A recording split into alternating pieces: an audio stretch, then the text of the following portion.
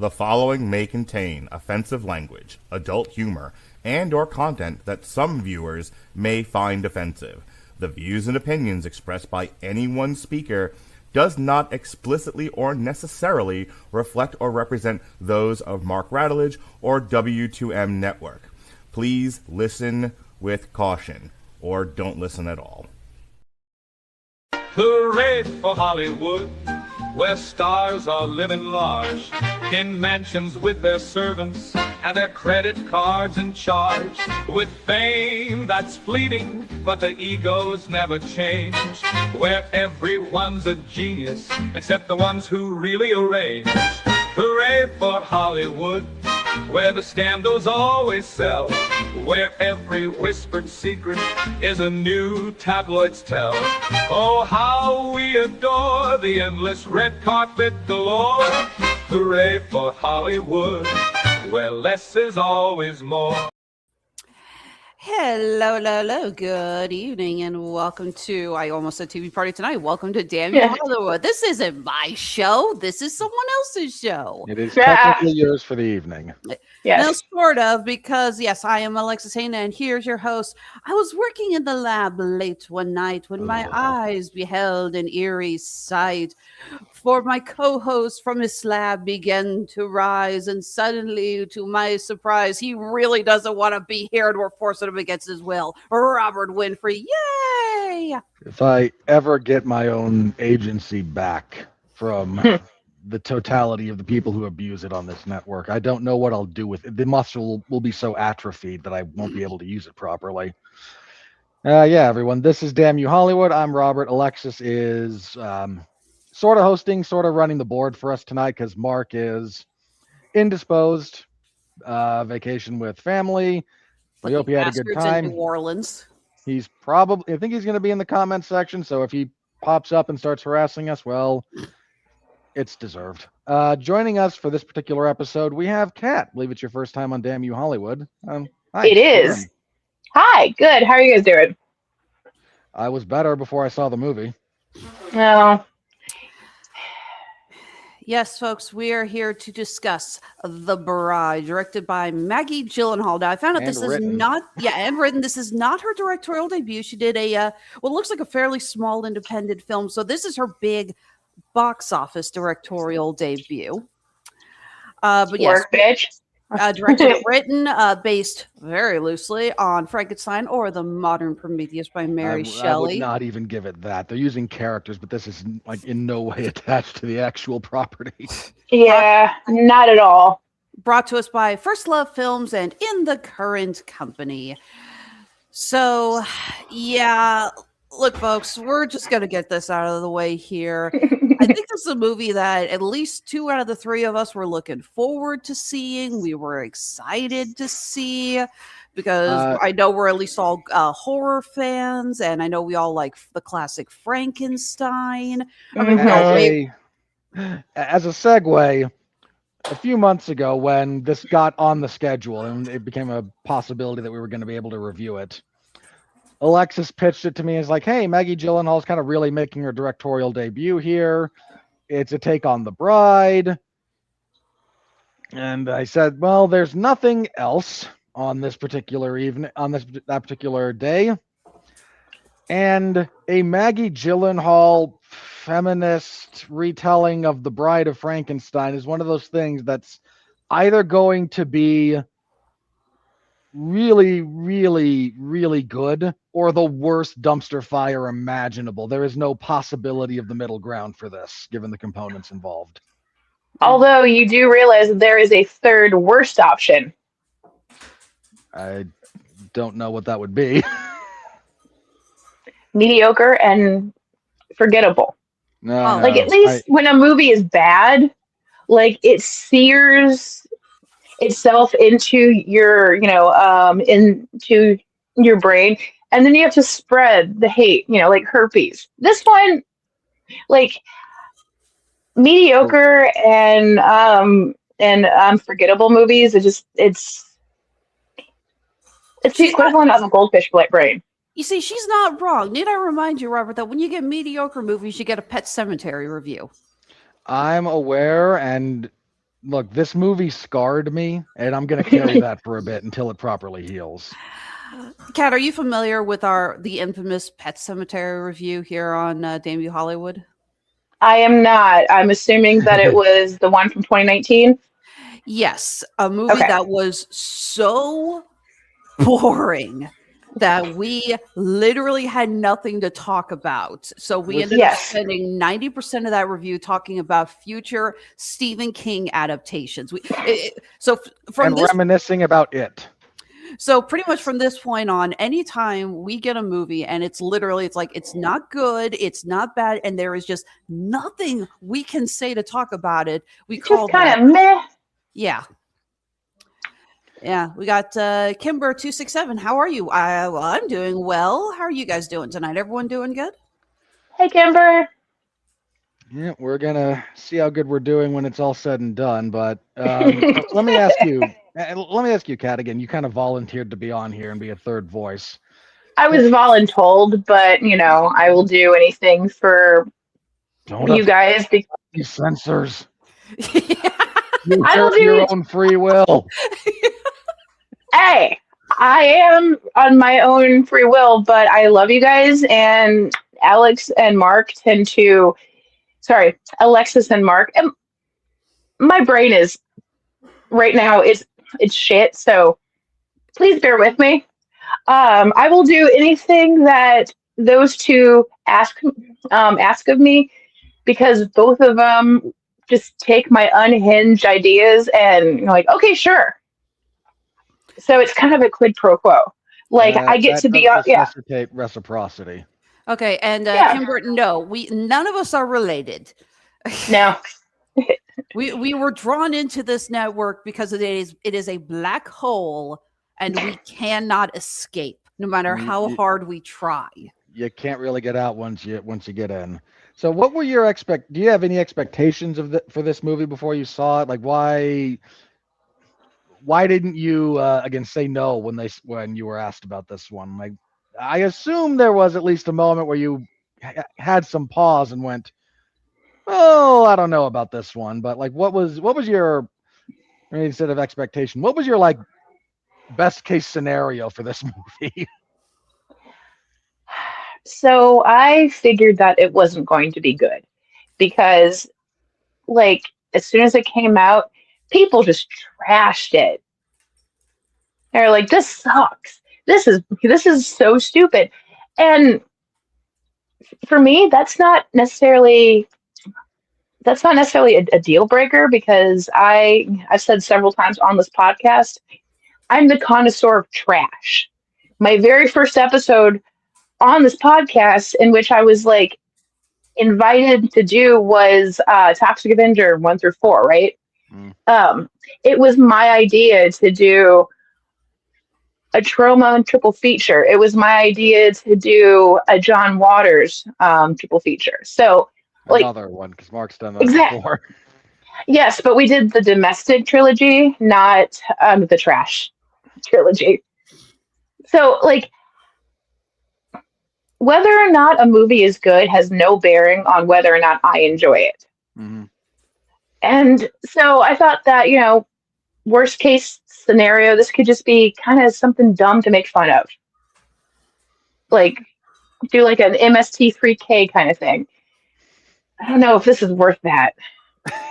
See, I was on the fence because the reviews that I heard that were okay. So I didn't actually read any of the reviews, but I kept seeing all of these clickbait articles talking about how the movie was backfiring due to its feminist agenda.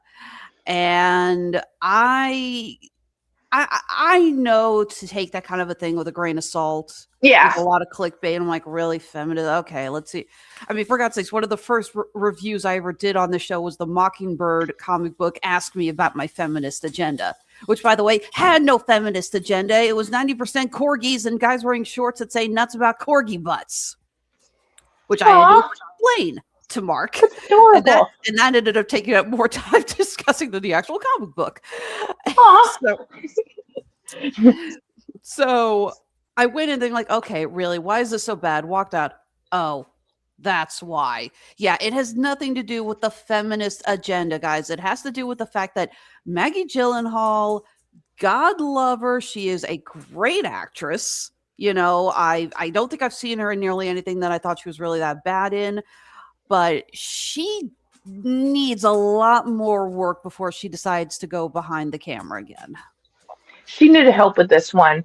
And like for her, I love her. I love her in everything I've ever seen her. Like, or rather, everything I've ever seen her in. I feel like, so there are three types of bad movies, right?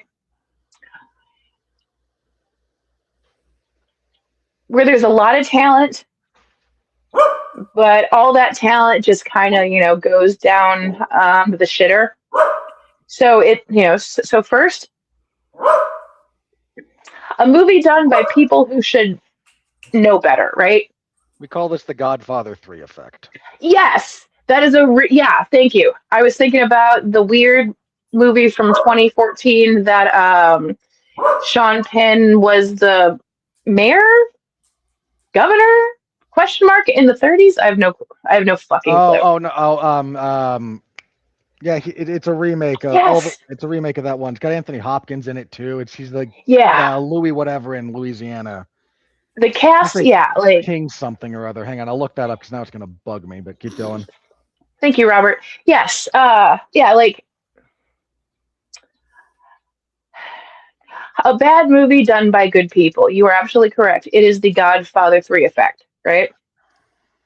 Then there are the bad movies done by people who don't know what they're doing, which is a whole different animal, which actually kind of might be my favorite now I think about it, because a lot of times they will accidentally fail up and it'll be wonderful. We call that the M. Night Shyamalan accident. All the King's Men, for the record. Thank you. Okay. Knew it was something like that. Yeah. Yeah, like it felt like that, but I couldn't place it. Or, like people with no budget doing something, like doing terrible things to a camcorder. It's your things. It's your 3 on a meat hook, This is where Sam Raimi comes from. I was going to call it the Tommy Wiseau curse. No, that's just terrible. Oh yeah, no, you're completely right. I actually met him once. Oh, good God, you survived. Yeah. So he wears 2 pairs of sunglasses, one in his eyes, one in his head, and 3 belts. He's also all about 5'5". I'm convinced he was the inspiration for there's this weird like Serbian hitman in like season 3 of The Shield that has a foot fetish and is just like there's a scene where they find his apartment and the detectives are relaying to their captain what they found, and it's like one of the lines that always struck me was like microwave popcorn, no microwave, and like okay, I feel like that's Tommy Wiseau. Hey, you both look like you guys played a lot of first-person shooters in the 90s and 2000s. What is the name of Nico Bellic's cousin in Grand Theft Auto 4? Absolutely no idea. I never played GTA. I forgot. Okay, he's that guy. Okay. All right, so moving on. So this movie falls into the first category because the cast is stacked. Roman Bellic. Roman, thank you. I knew it was something that was. God bless you, Google. Like it was like I knew it was something Eastern European, but I knew that it was something that I could pronounce.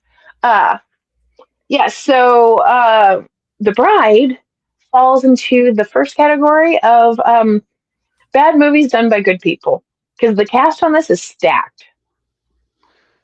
Yeah. Like, so you've got Christian Bale, you've got Penelope Cruz. Who else is in this? Well, now Oscar winner Jessie Buckley. Oscar winner Jessie Buckley. So, if there's nothing else before we get into this, I'll do the quick plot synopsis, and then we can dissect No, this sorry. turkey. Yeah. So, again, anything else, Alexis, or are we gonna jump in? Let's go ahead and go to the Alright. plot, such as it So is. we open in purgatory, where we'll never Cool. leave. A black and white hellscape where Mary Shelley informs us that the patriarchy prevented her from telling the real story she wanted to tell. She then pseudo-possesses a 1936 Chicago call girl named Ida, whose name we will change over the course of this movie many times. She then sort of inspires her in the midst of a party at a mobster's speakeasy to say things about the chief criminal you shouldn't say in public. She then gets dragged out of there by a couple of goons who inadvertently knock her down the stairs. She suffers like the weakest neck break in cinema history. I've seen professional wrestlers take stricter bumps than this. The leg break actually made me cringe harder than the leg. Yeah, like, seriously, the leg break's worse than Yeah. oh, her neck's broken. Like that doesn't. Anyway, so she's dead. Movie over. No, that would have been brave. Instead, we move to the Frankenstein monster. 15 minutes. The Frankenstein monster, played by Christian Bale. Oh, sorry, Jesse Buckley does both Ida and Mary Shelley in a famous dual role, which, as we know now, is Oscar bait material. Not for this movie, but in general. So Frankenstein's monster has arrived in Chicago because there's a female scientist who has published stuff on material far beyond what is generally acceptable to have been scientifically appropriate for the time period. But hey, more of that deconstruction later. Who he thinks might be able to help create another version of himself because, good grief, he's been alive for over 100 years. It's been a rough 100 years, and then there's another major event that's about to make it worse. And he's like, you know what? I'm lonely. Can you please help me out here? And the scientist is like, I'm not sure about this. There's a lot of ethical concerns. There's a lot of moral concerns. There's a lot of logistical concerns. And Christian Bale just goes, but I thought you were a mad scientist. It's on the script. And she goes, oh, right you are. You did, in fact, get another shot. So I will help you. For what it's worth, first of all, yes, we are well aware that Frankenstein is the doctor, not the monster.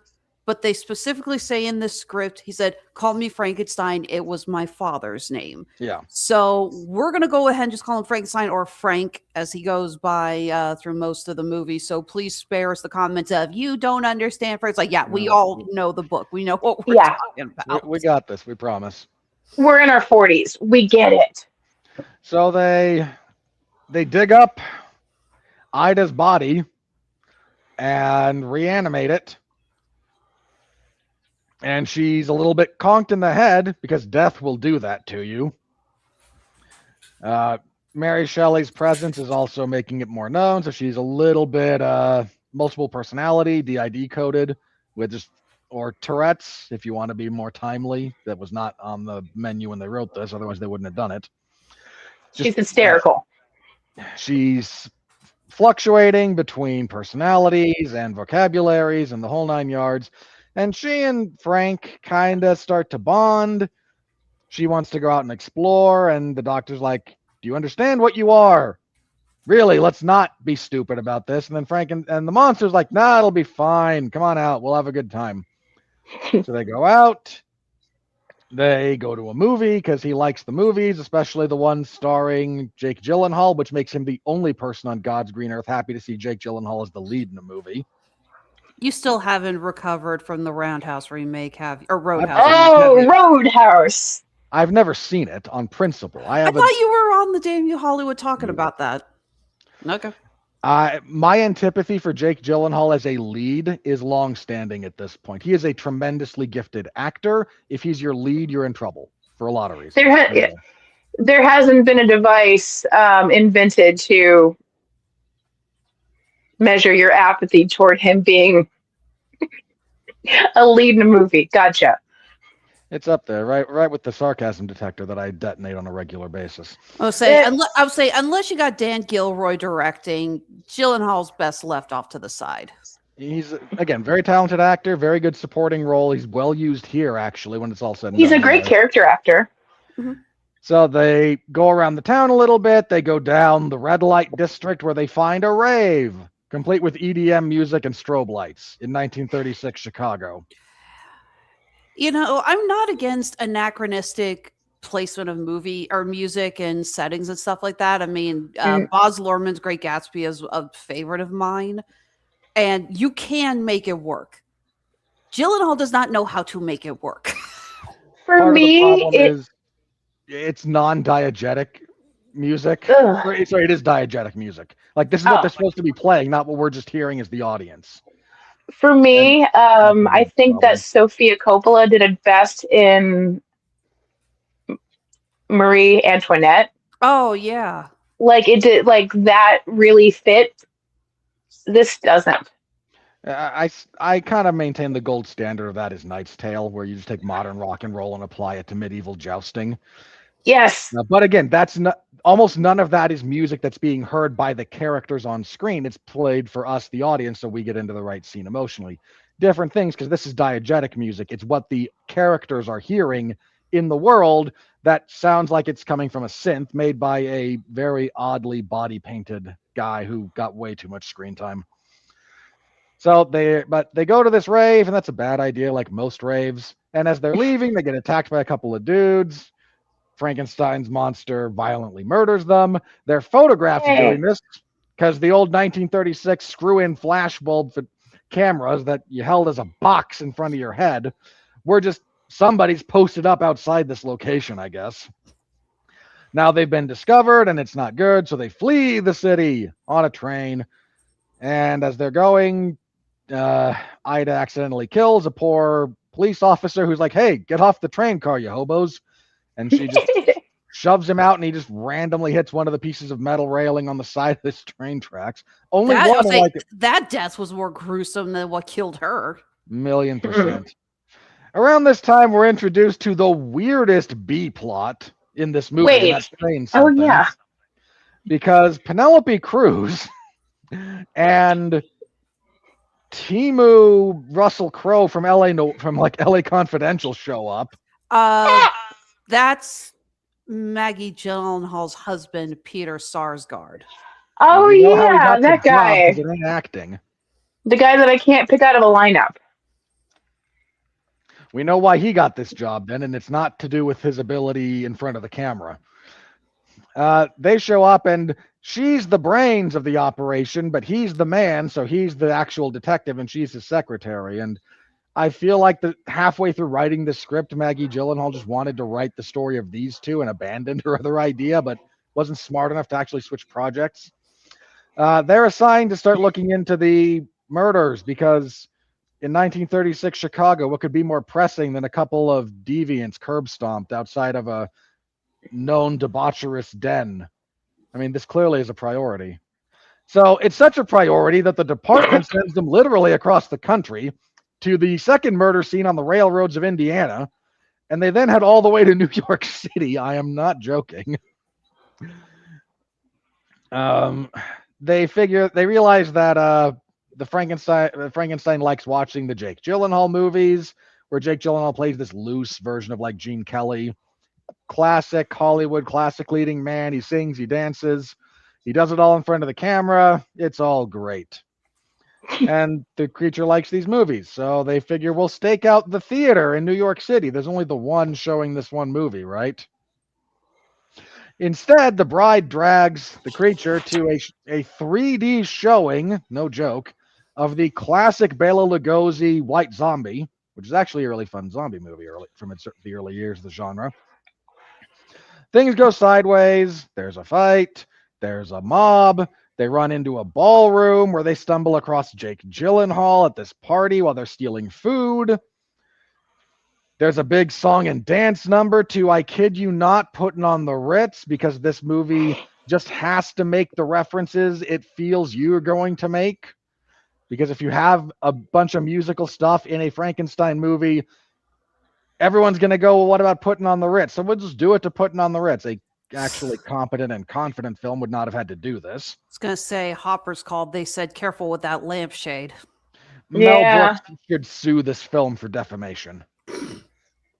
As they are dancing, and Christian Bale drops to his knees and with all the fervor of his soul yells, Putting on the Ritz. Once again, not exaggerating. The cops break in. There's a standoff. Some poor officer gets shot because Ida is possessed of the spirit of feminine all-knowing and looks around at all the men in the room and goes, what did you do? You're all guilty of something, and just throws names of women at the wall. She does every basic, like, phony psychic cold read trick you could possibly imagine, but it's played straight. This might be the first movie that I've actually, like, wished for police brutality.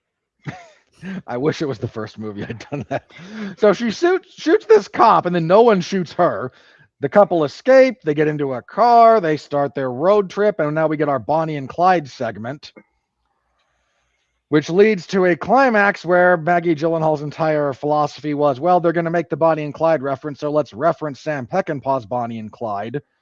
Those comparisons do you no favors, madam. We then cut, so there's that, but it turns out that the detective, played by Maggie Gyllenhaal's husband, knew Ida before. There's a whole thing where, like, Ida's memory is shot from before she was dead. She has some memories, so it kind of fades in and out. The relationship with the creature takes a lot of time. This movie is 2 hours long and doesn't need to be. But she sees the detective, and he's like, Ida, I can help you, because she's kind of going by the name Penelope now, because that's a pretty name. This was not at all a bribe in the script to get Penelope Cruz attached to this, to just let her hear someone say Penelope all the time. It comes out that he's a detective from Chicago, and he was using her and several other mafia-adjacent call girls to gather information. But this is 1936 Chicago, which is only moderately less corrupt than modern-day Chicago. So the investigation was killed, as were a couple of the girls, and now he's all weepy about it. In fact, at one point, he has to say to Penelope Cruz after he gets shot in the foot, I'm a dirty cop. I'm bad news. I just do what they tell me. Please flagellate me more. He then hands Penelope Cruz his badge because it's time for the Chicago Police Department to have a female detective. This is important. There's a big confrontation that's the confrontation in Niagara Falls is when that happens. But yeah, they go to Niagara Falls because it's a romantic spot. The shot they choose, or the composite they use of Niagara Falls, makes it look like Idaho Falls instead of Niagara Falls. But if you've never been to Idaho Falls, that is a misnomer. It is a stumble, not a fall. It's pretty, though. I've been there. It is. It's just misnamed. Oh, yeah. So they escape from there, again, after another little bit of a confrontation. A lot of the drama here is like the relationship between the bride and Frankenstein. Oh, there's a scene where they get pulled over by abusive cops, and you get your wish for police brutality very briefly. Then everyone gets shot. Because Bonnie and Clyde, again. They wind up at a movie drive-in where there's a guy who's on their trail from Chicago, a hitman played by Discount David Dastmalchian, and I know the actor's name, but I can't remember it off the top of my head. He was technically the one that pushed Ida down the stairs, and he has been tasked with the leader of the foreign country that invaded in Superman. No kidding, same actor. It looked like him. No, same guy. Basically said, go finish what you started. Because she's been saying my name in public places and saying things that I don't like. It's the dumbest possible idea. So he's been following them. He's kind of following Penelope Cruz at this point because he figures out that she knows what she's doing and he can just follow her instead of have to do any of his own work, which is actually smart detective work on his part, believe it or not. So they get to this drive-through. Ida declares herself not to be Ida or Penelope. She is now the bride because nothing says claiming your individuality and power as a person like taking just a title. Yeah, not the Bride of Frankenstein, just the bride. She couldn't even be bothered to get the exclamation point in there, but she then kind of declines his proposal of marriage, and then Frankenstein gets shot in the head. She drags his body into a car and drives back to Chicago from Niagara Falls to try and get him resuscitated with the same kind of process. The doctor's like, no, like, what are you talking about? He got shot in the head. Like, I need a new brain, maybe, or I suddenly have ethical concerns. By the way, there's a brief backdrop to all of this, where women all over the world, all over the country, are inspired by the bride to wander around the street and fire off guns in the air, screaming "brain attack." Once again, I wish I was joking. Okay, so I was struggling to figure out where the line "brain attack" came from. Just as I was like, did that get mentioned briefly and I totally zoned out, or was that a phrase that just got pulled out of Maggie Gyllenhaal's ass? By the way, I agree with Mark on the comment here. Yeah, me too, actually. Should have just been Bale singing "Puddin' on the Ritz." Right. So this brings me to the question: were they just trying to do a ripoff of the old Universal monster movies? And I'm not talking about the A-Team, was Frankenstein, Dracula, Mummy. Jacqueline Yeah. Hyde. Yeah, no, I'm is this supposed to be a parody, or did she take inspiration from I don't know, I was a teenage werewolf, you know what I mean? Those 50, those movies that were made in the 40s and 50s that were just the B team movies that you went to on a date. I would not give her that much credit. So again, we're almost done here. So we get back to the lab. The doctor's like, I'm not sure I want to, engage in necromancy again. Aw. The bride then starts screaming, "What about me? Me too?" Because nose touching it. Because she wants her pain acknowledged, and then she gets shot repeatedly by the mafia hitman, and then the real cops, who kind of stumbled onto them anyway, show up, see her with a gun, hear gunshots, and then just riddle her with bullets, which I almost stood up and cheered if I wasn't so disgusted with the obvious rip-off of the end of Bonnie and Clyde. Then she falls over Christian Bale's dead body. They are dead together, and Penelope Cruz comes in and goes, "I'm a detective now. This is a crime scene. All you people go secure the perimeter and get that guy who's running out the fire escape." And they all go, "A lady detective. Well, this is the end of civilization as we know it." I kid. They don't actually care that much. She then tells the doctor, "I'm going to wait outside. Take as long as you need to do whatever it is you're going to do." And the doctor's like, I miraculously didn't get shot in that hail of gunfire. I'd kind of like to go home, mostly. So she leaves, and then we get quotations of more famous works of literature.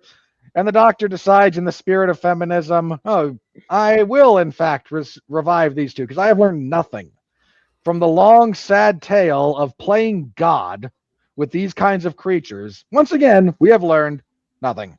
See, So I figured, and this is the loosest possible combination, but Mary Shelley's spirit keeps telling Ida, Penelope, or whatever the hell her name is, to say, "I would prefer not to," because they talk about how at the beginning she's being forced to do lewd stuff, and it's just say no, just say, "I would prefer not to." And that is something the bride says repeatedly throughout the movie. When Frankenstein proposes to her, she goes, "I would prefer not to." And when I can't remember if it was Penelope Cruz or no, it was Greta, the assistant, says, "Should we go to bed?" Yeah. The doctor says, "I would prefer not to." So I was like, are you implying that now the doctor is possessed by Mary Shelley? What? That would be more interesting, but I doubt that's the actual idea. So she revives those two. The Chicago Police Department is magically cleaned up by having a female detective. I mean, all these people are going to be dead in 2 years anyway when we enter World War II, but... And that's it. And then literally Monster Mash plays over the end credits. And if you didn't spontaneously vomit at that, you're a stronger person than I was. I had to apologize to the theater staff. There was a mid-credit scene during the monster mash that shows Peter Sar. See, you almost got me doing it now, Robert. You got me pronouncing the name wrong. It's Sarsgaard and Skarsgård. Yeah, Peter Sarsgaard approving of all of the feminists who were doing the makeup and dressing as the bride, now torturing the Russian gangster, I guess, for all of the misdeeds he did against women. What a stupid scene. I mean, okay, cool. That would have made me vomit, unironically. If I'd have a point, guys. Yeah, so somewhere, Mary Shelley, somewhere, the spirit of poor Mary Shelley is like slinking further and further and further down in her chair. So I write this. Yeah. Yeah, Mary Shelley is sitting here going, why did they put my name on this? Yeah. I should have slugged down and have trouble getting back up. Yeah. Good so, night. Kat, go ahead and start us with your, again, what did you, like your actual craft review? Like, what was good? What was bad? Anything in between? What stood out to you? All that good stuff. The camera was in focus. The costumes were beautiful. Yeah, the camera was in focus. The costumes were beautiful. I think you only saw a boom mic once. Hey, it's more than you can say for a lot. The cast is great because they're just talented. Christian Bale's that kind of actor that can elevate any like shit that he's in. That man in this one, like I almost expect we're gonna get another breakdown video from him about this one because like I tried so hard, but I was given zero actual direction by the director about what I was supposed to be doing. No, you're absolutely right, though, Kat. Christian Bale is one of. We joked about this when we reviewed the second Shazam movie with Helen Mirren. We said because I mentioned how she was. We mentioned she was trying, and I can't remember who it was who said, but it said it's Helen Mirren. She won't allow herself to do a bad performance, and that's very true. Because Christian Bale, I don't think allows himself. I mean, hell, I still maintain he was the one good thing in the fourth Thor movie, and God help us how they wasted his performance and a great Marvel villain on such a shitty movie. I agree. I agree completely. And he's also one of those people that can elevate the material because he has that talent like Gary Oldman does. He can disappear into a role. Mm-hmm. So, I was gonna say, have you seen how much weight he gains and loses for roles? The man is a human chameleon. It's terrible. Most definitely, yeah. He got down to like 120 pounds for The Machinist. He jumped up to 220 pounds of pure muscle for Batman Begins. So, and how much weight did he gain to play Dick Cheney? Remember that? It was like, that was not a fat suit. That belly was all Bale. That might have been the same. Okay, so, it's just, he's a great actor who elevates whatever material he's in, and he prepares, like, diligently. Not only with his body, but with his mind, his mannerisms, the whole gambit. And also, he's been acting since he was like 13 years old. Like the first thing that I saw him in that I didn't even know he was in was Empire of the Sun back in the 80s. He's in, there's that. He's the one that I think a lot of people forget that he's in, but he's like one of the leads in the Newsies. Mm-hmm. Yeah. That was going to be my second thing. And he also played Laurie in the 1994 adaptation of Little Women.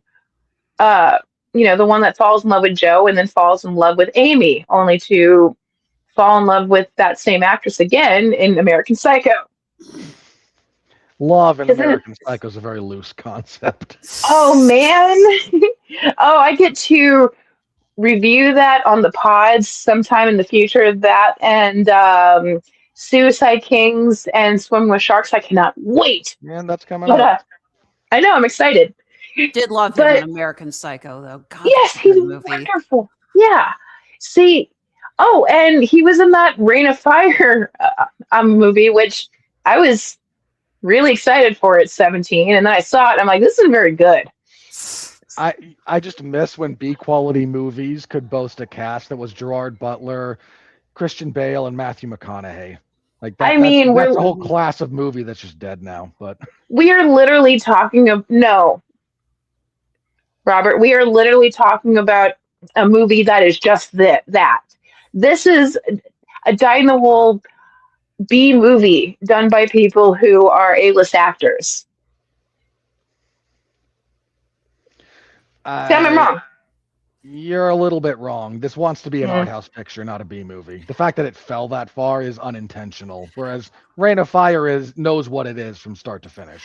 I think I think you're both right. I think this is unfortunately a movie where Gyllenhaal couldn't decide if this was B movie schlock or art house material. Right. And unfortunately, they gave her way too high of a budget, and wasn't able to stick the landing on either. More on that in a few minutes. Yeah.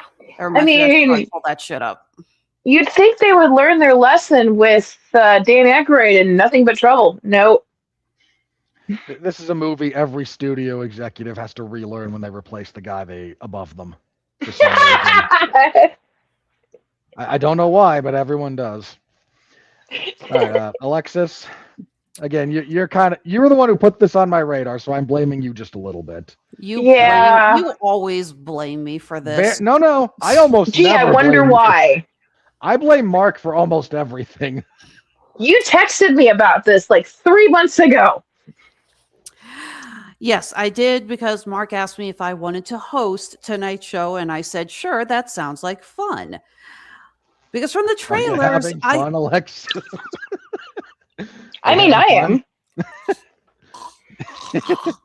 Choking myself out with my watch necklace. Okay, from the trailers, I thought we were going to get sort of a dark comedy romance, a very fun twist on a monster movie. And of course, like you guys, I'm a giant horror junkie. Frankenstein is my favorite classic story.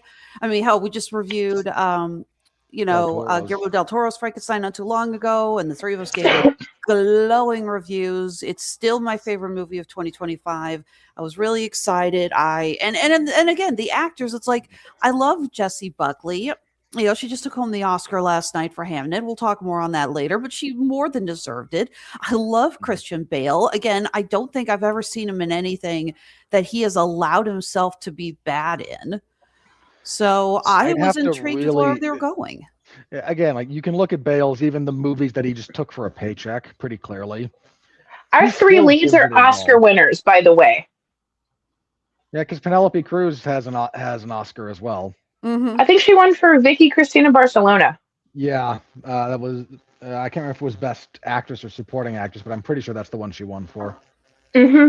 It helps. Yeah, it helps a lot that she gets to do that movie in Spanish, because it's a weird thing, but like, she's kind of like quirky in English. In Spanish, everything about her on-screen presence changes pretty dramatically. Yeah, because it's her mother tongue. Yeah, she's literally Spanish. It's just one of those weird things. Like, you get very used to seeing someone one way, and then she gets to just kind of cut loose in her native language, and she's actually really good at this. Kind of like when you see Christian Bale use his actual accent. No, that's surreal. I can't do it. I can't. I'm kidding. I still remember the first time. I think it was when he won the Oscar for The Fighter, and he went up to accept it. And I'm watching the Oscars. My parents are watching upstairs, and I actually hear my mom say, "He's not American," loudly. Because, well, fun fact: Christian Bale did not use his natural accent when he did interviews with promoting the Nolan Batman movies. Yep. He said he stuck with the American accent because same thing with American Psycho. Yeah, he said flat out, I don't want people to be confused why someone from he's Welsh, right? Is he Welsh or is he, yeah? Probably. Yeah, he's Welsh. Yeah, he didn't want people to be like, why is a Welshman playing Batman? So, and he does a flawless American accent to boot, so no complaints. Mm-hmm. So, again, there was so much I thought I was going to enjoy about this. The trailer really looked like a lot of fun. I also love the idea of setting in the 1930s. I like the costumes. I was very much intrigued by the makeup, the way they do the black goo on the bride's face. I thought, I was like, okay, this is an interesting concept. And yeah, it was a movie that could not live up to the hype of its advertising in any way, shape, or form. Mm-mm. And I told Robert this, and I'll go ahead and confess it. I fell asleep during this movie. Now, according to You my can call that friends, pulling a mark if you like. Yeah. I very, very rarely do this. And the last time I did it was because I had pulled an all-nighter the night before, and it's like, yeah, God help me, I cannot focus on this movie to save my life. I got bored and I got up and mopped my house. But according to the friends I was with, I was only out for 10 minutes. And even then, I was just like, that's why I was asking about the brain attack thing, because they started doing that after I woke up. And I was Okay, like, yeah, it's a thing that Jessie Buckley says when she's pointing a gun at Jake Gyllenhaal. okay. She pulls him out of the crowd during that whole scene. She pulls him out of the crowd, puts the gun at his head, and says, "You're going to let the Frankenstein go, or I'm going to shoot Jake Gyllenhaal." And everyone goes, "We really don't care if you shoot Jake Gyllenhaal." And then she has a little bit of a, schizo attack, and she does a thing where, like, you push down so-and-so, that female, and then you implied sexual assault. I think I was awake enough to catch that part. Yeah. And somewhere in there she yells, "This is a brain attack." And we're led to believe that 1936 newspaper reporting spreads as quickly and as effectively as a modern TikTok. Yeah, again, I heard people complain saying the feminist, motivation in this is too boring, and I sat there thinking, and again, I know to take that kind of stuff with a grain of salt. I'm sorry, I've seen videos from the critical drinker. I know where this kind of shit goes, but yeah, I'm starting going, that's what causes this icon movement. No. For the record, you want to see an example of how a viral movement like that starts before the days of the internet? Go watch the first Joker movie. That movie actually did that right. Yes. It's slow. Like, that's the problem with that kind of a thing. When you pre-social media, you can even have cell phones, but like pre-real social media, stuff spreads slowly, and usually from major centers, and then you could get stuff related to it further out in a radial effect. I remember Pogs, like that started in Southern California, and then spread outwards. It didn't hit, and then suddenly everywhere in the country, people wanted those stupid things for like a semester. Yeah, it didn't last, but yeah, so much of this movie, I always feel bad when I see a movie and I can tell where the director is making the mistakes. I went to school for broadcast, not filmmaking. That's where, it's like, we want to talk filmmaking, we'll find a way to get Dorian Price back on the network. But my cameraman. But there are so many moments of this where I'm just like, Gyllenhaal, I don't get why you're doing this. So many scenes where she does weird shots or keeps cutting it back and forth like she's trying to build suspense, but all it's doing is highlighting, hey, I'm cutting back and forth. It doesn't feel natural. A ton of this movie drags. The pacing is horrible. The scene This of their movie has too much going on. The scene of their rampage that cuts back and forth of them having sex. So it's just, again, I'm like, what the hell is going on? I'm sitting there going, okay, Gyllenhaal, I get that you have a vision. I get that you're going kind of with an art house style, and good on you.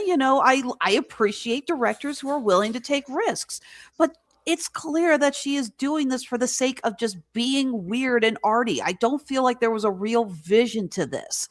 I feel like Gyllenhaal just wanted to try to experiment. You know what this comes across like? It comes across like Ang Lee's Hulk. As in, I don't really know if this is why I want to do this, but I want to have fun and experiment and push all the buttons.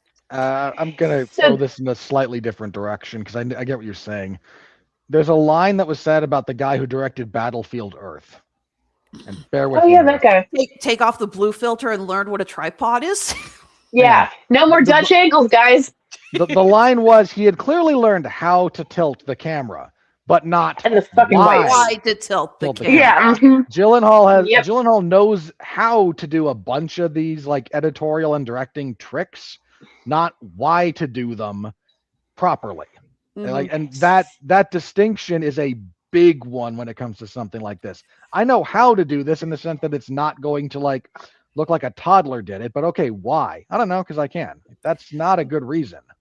This movie is too long for its own good, and it's very dense. There's too much going on. Maybe if she would have cut, or like maybe if it were cut to like a tight, I don't know, 90, there might be a good movie in here, or at least a watchable one. And Watchable, yes. And the worst part of all of this is Gyllenhaal, for all of her experience in film and being a great actress, does not understand the concept show, don't tell. Yep. So much of this movie has to be explained to us. Hell, There's a line where the creature literally says, "I'm dying of loneliness." An actual line of dialogue. Mm-hmm. For the record, I'm having a brain Christian attack. Bale for making it seem like not the dumbest thing ever. Hell, the opening scene where Mary Shelley is trying to pressure Ida into just saying no to the way she's being exploited, a competent director would know how to shoot that to make it clear that the actress is uncomfortable, doesn't like what they're doing, is trying to get out of it. We don't need some. By the way, I would like to know why the hell she got. I thought it would have been interesting if she became kind of like the DID after she was brought back. Like literally her brain was broken. I thought that would make sense. And I was like, because I look back, I'm like, why did they have her doing that before she fell down the stairs? Just so Jessie Buckley can show off her like transatlantic accent, I guess. I don't know. Again, the only thing I really enjoyed about this was a good chunk of the acting. The actors, God bless them, are giving their all. There is a scene that I did legit enjoy. It's when Ida, or the bride, and Frank are driving down, and Frank has concocted this whole thing since she doesn't remember anything about how they were a couple before she had her accident. And he's telling her the story of how he proposed to her. This is right before they get pulled over by the horny cops, by Exactly. the way. But their dialogue and their chemistry in it, talking about it's like, did you say, you asked me, did you ever think about getting married? And I opened up my coat and pulled out the big fat ruby. And there was something there. I was like, oh my God, these two actually sound like there's a story there. I would almost bet money they improv'd that. Like it's so out of place from the rest of the movie that I feel like the direction there was, okay, get in this car and you're going to make up the story of how you proposed to her. And it's like they were good actors in spite of the material that was in front of them. Yeah, and but again, I'm with you. Like that scene actually kind of works because he has to play off of what the gap. He starts spinning something, then she fills in a gap, and he has to go with that because he's making it up as he goes along, just like she's randomly filling in gaps with stuff that she half remembers from her old personality in life. And it really does kind of work for that one brief, like 2-minute stretch of time. Mm-hmm. So, and that's what I think hurts the most is when you see that there was an idea and there was some good intention, but it was placed in the wrong hands and handled in the wrong way. This could have been a really good, fun, very art house movie. You know, Gyllenhaal, God love her, does not have the chops to pull something like this off. Yeah, one of the very few grading curves I will use for movies like this is, in fact, if it's a director's first movie. Like, that's about the only curve I think is appropriate to apply. Anything else, I'm sorry, suck it up. I would say, didn't we do that when we reviewed Zelda Frankenstein? Because that was, or no, not Zelda, Lisa Frankenstein. Yeah, it was Zelda Williams. Because Zelda Williams directed it. Yeah, that was her directorial debut. Yeah, we gave that. Well, that was a good movie, but we still gave it one hell of a curve. But and again, so I'm happy to apply that same curve here for Maggie Gyllenhaal. Even on that curve, this movie struggles, if not outright sucks. Again, Christian Bale is kind of just flailing around with his performance. If you think about, like, every actor has their isms, their go-to things. Sometimes it's a facial expression, sometimes it's a line reading, sometimes it's whatever. They've all got them because they're all actors. Bale has like 5 major ones that you see in every performance of his, and I don't mean that as a negative because every actor needs these. Bale has 5 or 6. And all of them are in this movie at one point or another. because he's trying to find something that works. And he's Mhm. not given proper direction, or this wouldn't be happening. Because He's trying to elevate the material.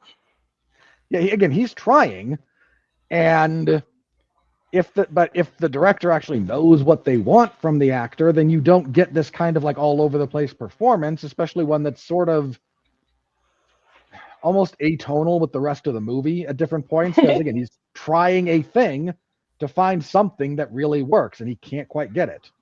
Yeah. Jessie Buckley, again, God bless her, commits as fully and wholeheartedly as you can to this. And I applaud her professionalism and her gusto. But she is fortunate this came out after the voting, because the Academy has been swayed from a deserving winner getting an Oscar by another movie. Oh, Case in point, Eddie Murphy. Eddie Murphy is the hallmark of this, because I was going to say from last night's show, if you doubt that, or if you doubt their ability to be swayed, go ask Timothy Chalamet where that Oscar went for Marty Supreme. Somebody ran a smear campaign on him because they wanted. And look, to be fair, I don't have a problem with Michael B. Jordan winning. He did a good job. I just don't think he did the best acting job. But voters get swayed by weird stuff. Again, Eddie Murphy should have won for Dreamgirls, but the same year he released Norbit. And so I will go to bat for that movie. That movie is fucking funny. Look, you just can't have Oscar winner attached to that movie if you're the Academy is all. So again, that stuff happens, and but she did get this movie delayed long enough to come out after the voting. So yeah, I think Jessie Buckley will. I don't think this is gonna hurt her or anyone else. It's just gonna be a bad movie on her filmography. Everyone has them. Everyone does that. Again, Christopher Lee's advice to actors was always, if you're an actor, you're going to wind up in bad movies. It's inevitable. The key is not to be bad in them. Mm-hmm. And it's part of it. Yeah. It's part of the reason why he put a bunch of his own money into The Wicker Man, because he was typecast as Hammer Horror's Dracula, which were bad movies, but he just happened to be really good in them. Yeah, and so that's kind of where this one's going to end up. The weird side quest, again, if I have a really like foundational problem with this, there's stuff with the direction that I take issue with, but I think could be handled better. When the writing is this bad, there's no saving it. Like the script is the foundation of everything that gets done. You have to be like one of the very, very, very best directors to ever walk God's green earth if you can take a bad script and make a really good movie. It's almost impossible. Like there's a reason that even the very best directors are selective about that stuff. Conversely, of course, a bad director can ruin the best script in the world. Like that's important too. But when you do both and you can't do either one very well, you've never got a chance in hell. This is written badly. It's got the basic idea. Okay, the big picture idea of let's retell the story of the Bride of Frankenstein, and we're going to look at it through a slightly through a feminist lens. Like that's not the world's worst concept. No. Again, I think there is something there that would have been a really good film. When you open with the ghost of Mary Shelley whining about the 1800s patriarchy and her internalized misogyny stopping her from writing the story she wanted to write, and it gave her brain cancer, we're not going up from here, people. Like, it's all down. We're really not. It also doesn't add up, because didn't Mary Shelley do a second edition of the modern Prometheus, and that's the version it's like I yeah, but I think she died before she finished it. Well, the original story she wrote was a short story, again, kind of that infamous, campfire setting with her husband and Byron. And Byron and her husband, I can't believe for some reason the guy who wrote Ozymandias gets relegated to being Mary Shelley's husband, but classical literature is kind of dead as a discussion point for me. But they both told her, like, you've got something here, write it. And that gets turned into, I wrote that on a dare and was badgered by the men in my life. And again, if you want to, The Bride is fundamentally a piece that, if you want to revisit it, does need to have a feminist bent. I think the material just lends itself to that. Yeah. There's a world of difference between a feminist sensibility for a movie and literally screaming, "Me too, me too, me too," after along with Penelope Cruz being held down by expectations at every turn, including a scene where literally every male police officer is talking to one male witness, and she walks 2 steps away from this pack to the secretary, who gives her valuable information, because who would listen to a woman? Do you see the problem here? This is just... It's one thing to tackle the issues women have faced historically.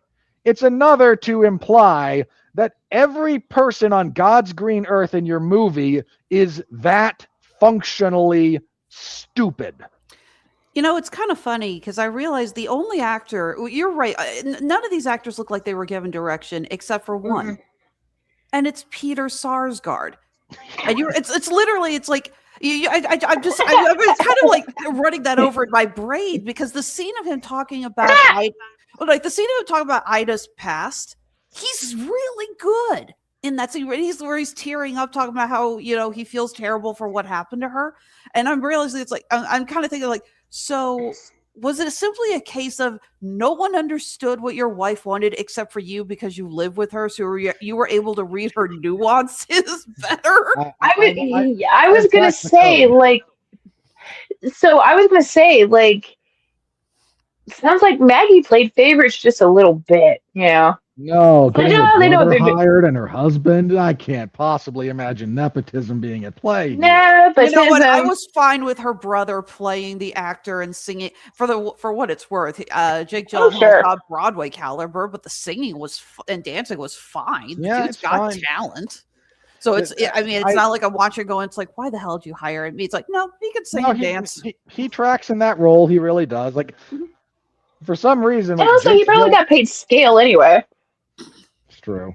Like, you can tell how bad the rest of this is because I haven't actually complained about Jake Gyllenhaal once this review. And if you know me, I complain about him all the time. Yes, you do. But yeah, the writing on this is so bad. It vacillates between art house and schlock in ways that don't function. And the direction backs that up, the confusion and the lack of consistency and cohesion. Then again, we get this B plot with Penelope Cruz as the Midwest great detective, and it doesn't really track and detracts from things. It's there to get the exposition of who Ida is, but I actually don't think it's necessary for us to go down that point at all. But once she started writing those characters, I just feel like Maggie Gyllenhaal wanted to write their story, not the other one. But here we are, and again, not smart enough to go, let's put this project aside and do this one right now. The constant lampshading and references that it makes because it's afraid the audience will make them for it. This betrays a deep, profound lack of confidence in yourself and your material and the end project that you've put together. When, okay, we're doing Frankenstein and there's music, so we have to do a Frankenstein dances to putting on the Ritz. Yep. And it's a 30s couple movie where they're on a rampage, so we have to do a Bonnie and Clyde reference. And in this case, it's going to be the finale where they get shot to pieces. And this is a very, very dated reference. I'm very aware of that. But if you don't know people who saw Sam Peckinpah's Bonnie and Clyde in theaters, they talk about that like people talk about Nom. Like, I wish, because I've seen the movie, it's fine, but by modern standards, it's nothing. When you put it in its proper context, the finale where they get shot to pieces was... Wait. Good. So, are we referring to the Robert Redford and Faye Dunaway one? Yes. Okay. That's not Redford. That's Wait, no, hold on. Warren Beatty. Beatty. Thank you. Warren Beatty, thank you. Sorry. I don't know why, but I always get those two mixed up. Was So, that Polanski? no, it was not Polanski. Well, shit, was it? I'm gonna look it up now. Hang on. Yeah. IMDb to the rescue. Bonnie. Thank you. You know what? Doesn't matter. Like, Arthur Penn, actually. oh, Holy okay. shit. I think the point that I'm trying to make here is they're Oh, right. I remember. blatantly ripping off much better movies, Yeah. Oscar winners, American classics. Yeah, again, Arthur Penn. Peck and Paul released The Wild Bunch around the same time, and it was like the start of the yeah. new wave. It was the start of new wave violence in Hollywood, is why that got confused in my head. So my That's fair. apologies. But like again, if you talk with people who saw that movie in theaters, they talk about it like this again, like they're shell shocked. It was just that big a deal, and a modern revisiting of that in only the visual context reads like nothing because we've all seen so much worse by now, especially if you're appealing to art house horror junkies. Boy, Right, have but we this seen is- some stuff. Right, but this was also like right after the Hays Code Yeah. was repealed, and it was also like 3 years before The Godfather introduced like actual like squibs, right? Yeah. It's right around that time when, again, the technology's coming up and the willingness to just show violence on screen like that is becoming more of a thing. Yeah, but I feel Weird like weird time in Hollywood, but I partially remember that because there's a line in I forget which Stephen King book it is. I want to say Dance Macabre, but don't quote me. okay. Where he talks about like I didn't see anyone who exited either the Wild Bunch or Bonnie and Clyde who didn't look like they'd been hit over the head with a board. And I was a teenager when I read that, so I found people of the appropriate age and like asked them like, what was that like? And again, they kind of look like they get this like 1,000-yard stare, like I'd never seen anything like that on in the movies before. And oh, okay. And now Maggie Gyllenhaal references it because someone's gonna make the reference, so I have to. Again, this movie is like Bathos on steroids because there's no actual commitment and confidence in what you're doing. And again, it slingshots, it drags, it's shot oddly. There's some very, very bizarre choices in terms of, again, editing different things together. They didn't do good, basically. This is a very, very bad movie. It is absolutely going on my worst of list. And I really, I'm going to phrase it this way. I profoundly hope this is the worst thing I see all year, because if I have to watch something worse than this, You know you will. probably. Dude, it's only March. Give it some time. Look, I know it's going to get worse. I just really don't want it to get worse than this because. I feel that. Okay, here's the framing Believe me. device. What month did War of the Worlds come out in last year? May, geez. I think. I don't Because remember. it feels like it would come out like during the summer blockbuster season, which usually runs like from like the end of April to like the beginning of August. So, Because I know War of the Worlds was the worst. It was worse than Snow White for you. oh God, Hang on, I'll find out. Snow White was so stupid. Yes, it was. 2025, July 30th. Okay. Oh, okay. So, all right. Well, it was Work. straight to Amazon Prime, so. Oh, that's right. That's right. Yeah, look, War of the Worlds was certainly the laziest movie of last year. I think I still had Snow White as the number one worst thing I watched, but so yeah, that's The Bride, folks. It's Insulting. again, even grading on a curve of this is your first time trying to handle something like this. This is not good. Dear Maggie Gyllenhaal, do not be writer and director on your next project if you want to be taken seriously. Find a better script or just write something for a better director. Don't try to do both. That was clearly too much on your plate for this one because you desperately needed help that you did not have. Yeah. And you had almost $100 million and a stupidly stacked cast for what you did. I mean, she failed. Like she failed in the same way that Dan Aykroyd failed in Nothing But Trouble. It's just a lot less fun. A lot less fun. Now, normally we go to the money, but we technically covered this when we reviewed Hoppers because the Bride and Hoppers came out on the same weekend.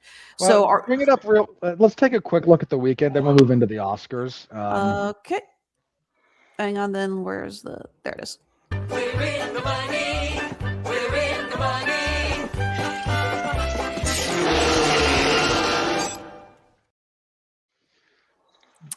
And Okay, adding to so stage. the budget for this was, needs to be said again, I think it was like 80 million. $90 million minus that, without including advertising. And I think the last time I checked, it was, I think they had grossed 27. We'll get to that in a sec. So as for That was the weekend. I'll say that's the weekend it came out. Let's see how bad it is now. More recent weekend. All the goes from 3 to 6, 70% drop. Damn. Okay, so for the weekend that was, I'll go through this real quick. Hoppers retained its spot at number 1. Really strong hold, actually. Only a 36% drop. Family movies are in demand, it seems, and Pixar has sort of rebuilt its cachet. Reminders of Him debuted at number 2. Undertone debuted at number 3. We'll be reviewing Undertone at some point in the, I think next week, right? Wednesday, 2 days. Okay, I will have to. Okay, for some reason thought it was a 2 in front of that date, but I will. Are you okay with doing it on this coming Wednesday? Okay, because you said you were busy on St. Patrick's Day, so. I am, but I will do so. I will get. Yeah, that's not a problem. I just do it tomorrow instead of a week from tomorrow. Honestly, Undertone's probably a movie you want to try to see in a theater by yourself. From what I've been hearing, since the scares come a lot from the audio, it's probably better to see it in a movie where you have more control over the sound around you and you don't have to worry about people talking, laughing, checking their phones. So Scream 7 fell from 2 to 4. Goat fell from 4 to 5. The Bride fell from 3 to 6. As mentioned, a 70% drop from its opening weekend. Hoppers is going strong, but that's to be expected. It's a kids movie. Yeah, I think we predicted that Hoppers is probably going to hold on to a pretty close, if not the top spot, pretty close to the top spot until the Super Mario Galaxy movie comes on, and then it will be promptly dethroned. No, it's dropping. It's dropping this weekend because Project Hail Mary comes out on Friday. Oh, right. Yeah. And that will take its top spot, but it doesn't have, what Hoppers doesn't have is family competition until the Super Mario Galaxy. But Project Hail Mary is going to take the overall top spot next week. Anyway, Kiki's Delivery Service re-released, came in at 7. Wuthering Heights fell from 5 to 8. The re-release of Teenage Mutant Ninja Turtles 2, The Secret of the Ooze, will give Kevin Nash a nice little payday again. I forgot that was re-released. I hope that's playing in a theater near me. I called up a friend of mine who went to go see it, and fun fact, he on the side teaches breakdancing at the local community center. And No way! So I asked him, I said, dude, was anyone singing along to the ninja rap in the theater? He said, no, but I was recreating the dance moves outside the theater when I got out. I'm like, yeah, of course you were. I wish to God someone had been filming that, though. Joe, you better tell me someone was freaking filming that. Whether he knew it or not, someone was. Yeah.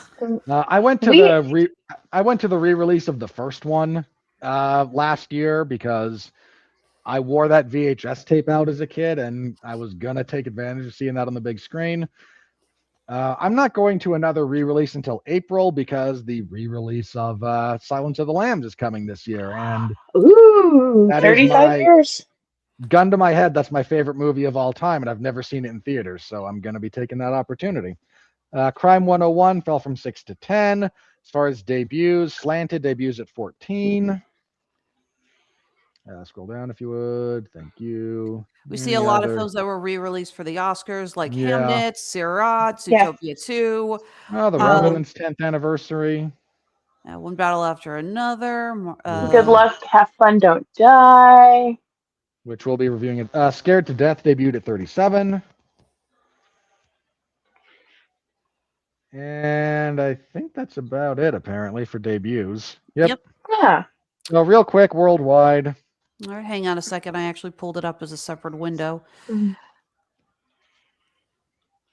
We're probably looking at Hopper's about on top at this point. Well, there's that Chinese racing movie that might still have the actual top spot.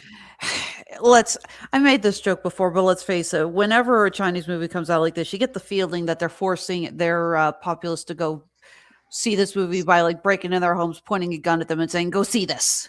Because the way they make so much money, you start to... Or it's just, or just played to empty, or there's been money earmarked for those tickets and then it's constantly being played for, empty theaters. I don't know. Kind of what they did with Captain Marvel. Anyway, Pegasus. Yeah, that sounds right. Sorry, conspiracy theorist joke there. Pegasus 3 is number 1 worldwide with a little over 500 million. Wuthering Heights at 2 with less than half of that at 226. Scream 7 at 3, 177. Blades of the Guardians, 168 at 4th. Hoppers at 5th, 165. It surpassed Goat, Scare Out, Bonnie Bear's The Hidden Protector, Send Help, and The Man Who Lives with the King. Below that, we have Crime, 101, 28 years later, Mercy, Iron Lung, Silent Hill, Greenland 2. And where did The Bride come in? There it is, number 28. Number 28, The Bride. Above I Can Only Imagine 2 and Melania. Somehow worse than Solo Mia. Doing worse than Solo Mia and extra worst. Yeah, but only doing slightly better than Melania. We're in for a long year, folks. Long Win's year. a win. All right. That was the weekend. Again, next week we've got Project Hail Mary, which is going to take over things for a little bit because looks like a very, very good movie. It's getting rave reviews, and it's the kind of thing that will attract a crowd. So looking forward to doing that one. And yeah, after that, so that's the money. We were going to hop on and talk about the Oscars briefly because we did our predictions a couple of weeks ago and they happened. But Kat, we were going to give you the opportunity to bounce if you had enough of our shenanigans. I'm going to bow out because I made dinner and I haven't eaten it yet. I would say that was me last week with Hoppers. By the point we were doing Rotten Tomatoes, my blood sugar had tanked. And when when Mark was asking me, why do you think The Bride failed? I pretty much yelled at him, I haven't seen anything yet, and my Chinese food is getting cold. Because it fucking sucked. Next. So in closing, before I plug my pluggables, I really hope that Christian Bale enjoys his, new personal home theater, bowling alley, jet ski, whatever he spent it on with his movie check. So this I hope he enjoys it. So this turns into the Michael Caine. I've never seen the movie, but I saw the house it bought me. Yeah, I've got a beach house, and it's quite lovely. All right, I'll see. So I am terrible at social media, but here are my plugs. I'm on Facebook as Kathleen Benton Scott. I use my full name on there. I am on Instagram as Kitty Benton. I'm involved in a movie that is on Troma Now called Christmas Chaos that has already been reviewed on the podcast. Wait, it's a film called Christmas Chaos. Yes, it's on Troma Now. First month free. Each subsequent month $4.99. We actually just got another movie check on it. Next time, just go eat. Love you too, Mark. All right. I've had a lot of fun. Thank you for letting me play with you guys, and I'll see you on the next one. See you next time, Kat. Thanks for joining us. Of course. Bye-bye. All right. So do we want to talk about the Oscars before we go into Rotten Tomatoes? Yeah, let me bring up my spreadsheet because I am a nerd. But who was it who won with the most predictions accurately? Okay, so when it was all said and done, let's do the overall predictions, then we'll run through the actual results real fast. Coming in third this time around was Mark, with only 8 corrections. Mark tried to play the game a bit too much, and I think overthought a few things. Then Alexis and I were close, but she got the edge with 15 to my 12. And I think you would have won no matter what, because I was never going to pick Michael B. Jordan for Best Actor, but there were 2 others I should have got right. But we'll get to that in here. Sorry, Mark was telling me that was okay. I would have eaten on the show, except I was recording in my bedroom that time, and I had a lab behind me. If I had tried to eat while talking to you guys, I would have had a giant black head trying to steal my dumplings. Yeah, one distraction at a time. A lab will do that. Yes, So, sure. Best Picture went to. So Mark and I picked Hamnet. Alexis picked Sinners. It went to predictably One Battle After Another. Ditto the predictions. We picked whoever directed what we thought was Best Picture to win director. It did not. Paul Thomas Anderson won. We all just stood on business for that one, knowing it was probably going to go to One Battle After Another, but we all hated that movie so much we just weren't gonna. Couldn't hold our noses and do that one. No, we tried, but we chose the hills we wanted to die on. We did.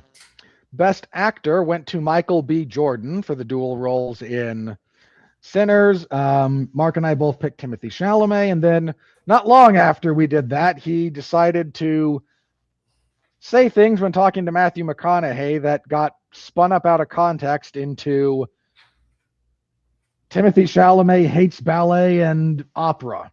In all fairness, what he said was taken a little out of context, but it was pretty stupid. He badly phrased it because for some reason he wasn't comfortable. If you're going to be on camera and you're going to say something like what you said there, you do need to phrase it properly. His point was, I don't want cinema to become what ballet and opera are, which is niche audience art forms, which is a fair critique. Opera and ballet used to be much wider reaching and have become more and more niche over time. But that got all the ballet people and all the opera heads a little bit spurred up. And because 90% of Hollywood is just theater kids who never emotionally matured past high school, it kind of bit Timothée Chalamet in the ass. I hang out with former theater kids, so you're not wrong. I'm just going to say, like, I wish I was wrong about it, but I'm not. So that went to Michael B. Jordan. He was a perfectly acceptable second choice in that running. He also was the one who won the SAG. So if you follow award seasons, the winners of the SAGs 9 times out of 10 end up winning the Oscars. Because the actors vote heavily in the Oscars as well as members of the Academy. Best Actress, we all picked Jessie Buckley. She won that pretty much walking away. Good for her. Best Supporting Actor, none of us got right. Mark went with Benicio del Toro. You and I went with Jacob Elordi. It went to, God help us, Sean Penn. Second year that particular category, all 3 of us strike out on. I need to curb stomp Sean Penn. I hate that guy. He's in Ukraine. Have fun getting a ticket. Hopefully some enterprising Russian sniper. We will give you American citizenship if you deal with Sean Penn for us. Not jumping on that wagon. But no, that's why he didn't show up at the Oscar. I do love Kieran Culkin saying Sean Penn could not be here or didn't want to be because he legit did not know where he was. But apparently, Mr. Sean Penn is doing charity work in Ukraine right now. Hanging out with drug lords again, no doubt, because that's half of what he... Don't give me that. You know he does. Like I'm not saying it's not public knowledge. Look, I'm not saying anything. Now, I will say, no, he didn't deserve the Oscar. Okay, No, Benicio del Toro was the front runner to win, but I stand by that Jacob Elordi should have won. His performance as Frankenstein's monster was amazing. Look, my gripe with Sean Penn is he has now 3 Oscar wins and he's only deserved 1 of them. Which one? For Mystic River, I think he genuinely deserved. That year was tight. It was between him and Mystic River or Bill Murray in Lost in Translation. Oh, that's right. The second one he got was the one where we all said, "What the hell do you mean Bill Murray didn't win?" Well, no, that was his first one. That was his first one. I thought that was the second one. No, his second one was for playing Harvey Milk. Are you sure? No, that was the one that beat Bill Murray. No, that one beat Mickey Rourke in The Wrestler. I remember that because Mickey Rourke literally won every other acting award except the Oscar. You're right, because I was confused because that was also a year that we all said, "What the hell do you mean so and so didn't win?" And they gave Yeah. it to Sean Penn because Mickey Rourke totally deserved it that year. That is one of the big Oscar misses of all time from where I sit. And look, again, him in Mystic River or Bill Murray in Lost in Translation, that is the closest of close races because they're both so damn good in those movies. But yeah, he didn't deserve to beat Mickey Rourke. He didn't deserve this one either. But hey, we can't give Ray Fiennes an Oscar because he already won one, right? Meanwhile, Sean Penn gets his third for a not particularly compelling job either. So I'm not annoyed by any of that. Okay. Best Supporting Actress. Mark went with Tiana Taylor playing the odds there, which again, banking on the one battle after another rolling hype. It actually went to Amy Madigan, which you and I correctly predicted, and we're all very happy about. Mm-hmm. She set a record in this one, believe it or not. Oldest winning actress in that category, correct? I think so, but she's had a more interesting one. Longest time between nominations. Oh, interesting. Nominated back in the 80s. I forget. Oh, wow. Before, but Wow. yeah, she has this giant gap of like 40 years or more between Oscar nominations. It's interesting because the people who were talking about gaps in nominations were talking mostly to Kate Hudson, who was nominated in 1999 for Almost Famous and then got nominated last night for Song Sung Blue. That was the big gap everyone was talking about, but you're absolutely right. Amy Madigan's was longer. Yeah, it's the record now for... There's another record that was set last night, actually. There's two more records we'll talk about when we get to them because they're kind of funny. So then we had Best Original Screenplay, which Mark went with Marty Supreme. You and I went with Sinners. It went to Sinners. Fair enough. Best Adapted Screenplay. You and Mark went with One Battle After Another. I should have as well, but decided that was one of the hills I was going to die on. Mm-hmm. So I picked incorrectly. Best Cinematography. Mark went One Battle After Another. I went Train Dream Standing on Business. You went Sinners. It went to Sinners. First woman to ever win the award. First woman to win Best Cinematographer. And had I known it was a woman nominated in that category and that was a first, let me be very clear. I am not saying that she won because she's a woman, because that would be very, very unfair to the wonderful work she did in Sinners. I was going to say, I'm sorry. I didn't know you were silently being possessed by Ronnie.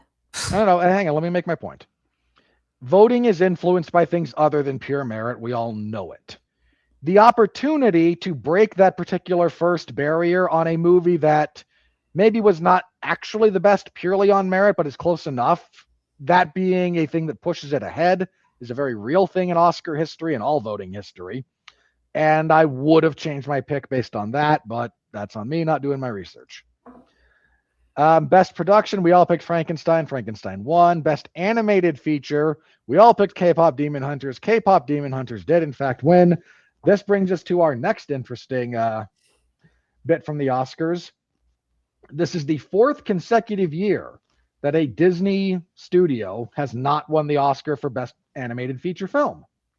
Well, maybe this is Disney the longest. Needs to start making better movies. That's what everyone said. Yeah, this is the longest drought in that category in the history of Disney. But look, I liked Zootopia too. I did. It's on my top 10 list.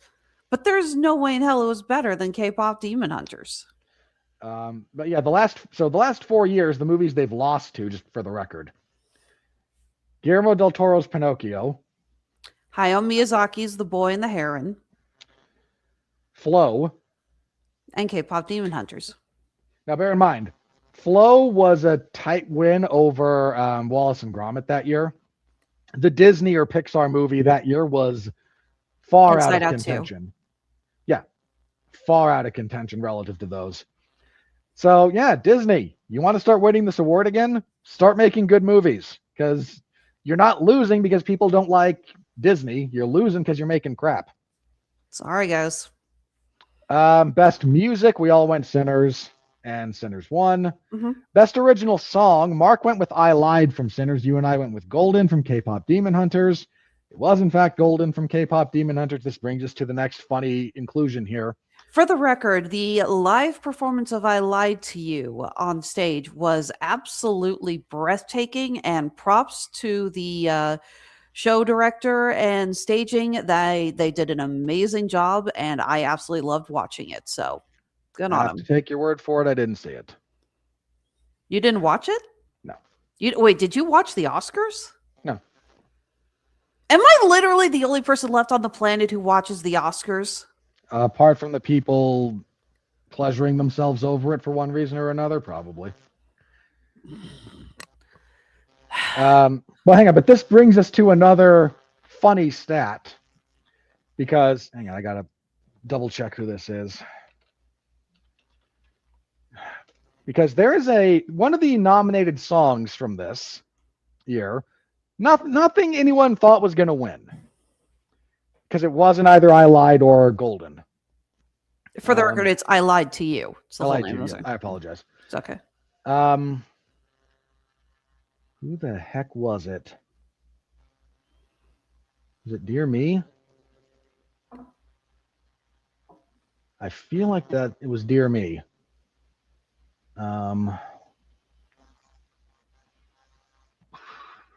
Awards. Yeah, okay. So Diane Warren has been nominated 15 times for Best Original Song at the Oscars. This dates all the way back to 1987. She has never won.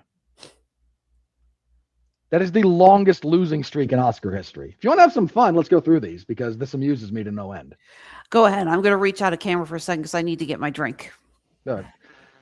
So this starts in 87 with Nothing's Gonna Stop Us Now from Mannequin, which you may know from it just being a song that was played a lot on the radio.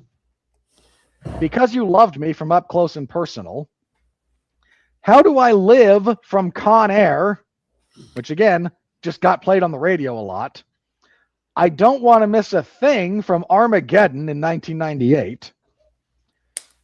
Music of My Heart, You'll Be There, Grateful, Till It Happens to You, Stand Up for Something, I'll Fight, I'm Standing With You, Scene from Somehow You Do, right? Applause, The Fire Inside, The Journey, and now Dear Me. So again, you're looking at 1, 2, 3, 4, 5, 6, 7, 8, 9, 10, 11, 12, 13, 14, 15. Sorry, 17.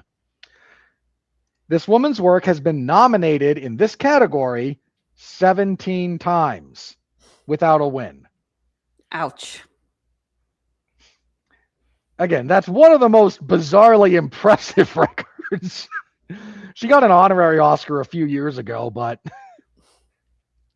again, the fact that she created like at least 4 songs that just became like Billboard top 10 hits is actually quite solid. But if you want an amusing stat line for this one, there's that as well. Best sound design, we all said F1. It, of course, went to F1. Best casting, you and Mark went Sinners, I went Hamnet, and the Academy went One Battle After Another because they suck. In all fairness, casting is this was an inaugural award. This was their first time putting it in. And I don't think any of us really knew what they specifically would consider good casting worthy enough of an award. So we were all just kind of playing loose with our theories. A little bit, yeah. Best makeup, Mark picked The Smashing Machine because he wanted to. You and I went Frankenstein, it went to Frankenstein. Costuming, we all picked Frankenstein, it went to Frankenstein. Best editing, Mark picked One Battle After Another.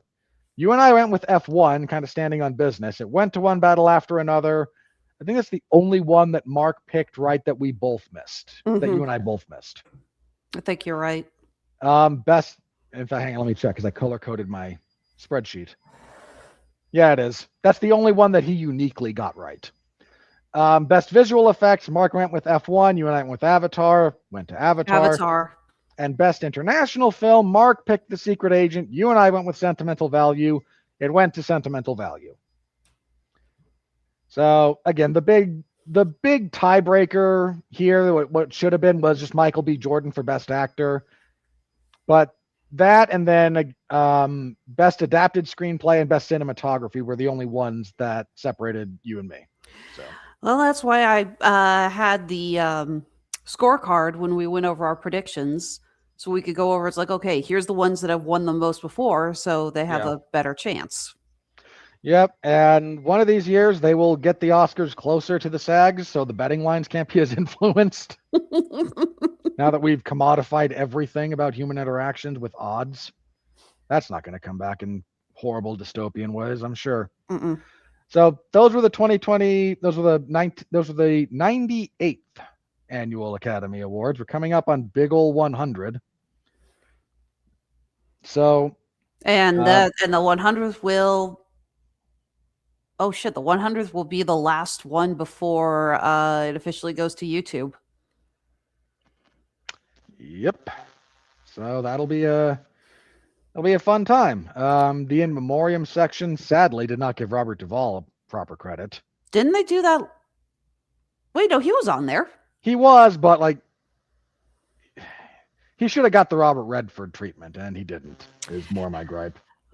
The in memoriam has complaints every year, and I'm not does. saying you're not wrong, but every year so there first of all is a complaint that a lot of actors get missed, and that is because the Academy does have kind of a scale on whether or not this person counts as a movie someone who worked in film or someone who worked in television. Yeah. And a lot of times if they have more TV credits, like with Eric Dane and James Van Der Beek passing, they're not going to get mentioned. So, but the fact is that every year people get left off the list just because there's only so much time and they can only do so many people. It sucks, and I'm sorry, but the in memoriam has yet to knock it out of the park. I will say this was a better presentation of the in memoriam than a lot of what we've seen in the last few years. At least this one, they didn't have a choir that they were cutting to, distracting from the screen. I greatly enjoyed Billy Crystal's tribute to Rob Reiner with several of the actors from his movies joining him on stage. Really like that. Rachel McAdams' tribute to Catherine O'Hara and other women who have passed away was great. Did you read? Apparently, okay. So Barbara Streisand got to do a little speech to Robert Redford and got to sing one of her signature songs. Apparently, Jane Fonda is pissed because she said Jane Fonda can. I have a lot of things I could say about Jane Fonda that I'm not going to for the sake of not getting YouTube mad at me. Well, apparently she wanted to do the tribute to Robert Redford. I, for the record, do not remember if she's done more movies than Barbara Streisand. Streisand had a very loving tribute, though. So yeah, again, like it was really just Robert Duvall that I thought they kind of shortchanged. When they go out of their way for some of the others, like Redford and Reiner, I mean, Duvall's not just he's a multiple time nominee. He's an Oscar winner. He's one of the like touchstone actors. I just thought, again, whatever you did for Redford, you should have done for Duvall is kind of the way I felt about it, but it's a minor quibble. But yeah, that was the Oscars, and we will do that again next year, and we'll see if Alexis can keep her streak alive. yay! We will not be talking about The Bride this time next year. Yay! Unless we decide to pick the Razzies. So Sean Comer is he put out a statement because I posted the Razzies in the chat saying it's like, hey guys, check out who won the Razzies, and guess what? War of the Worlds and Snow White swept them. As they should.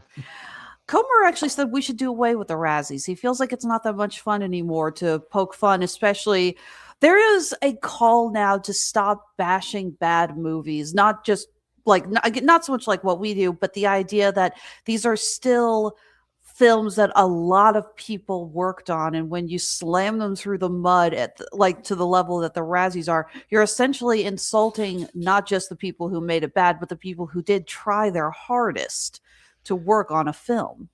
I'm okay with kind of like pulling back on the culture of demonizing everything about a bad movie, because like, there's a lot of people who do a lot of work, and almost no one tries to make a bad movie. I mean, the producers is a real thing, I suppose, but apart from that, so I'm fine with us pulling back on that, but it helps if you also know how to properly direct criticism.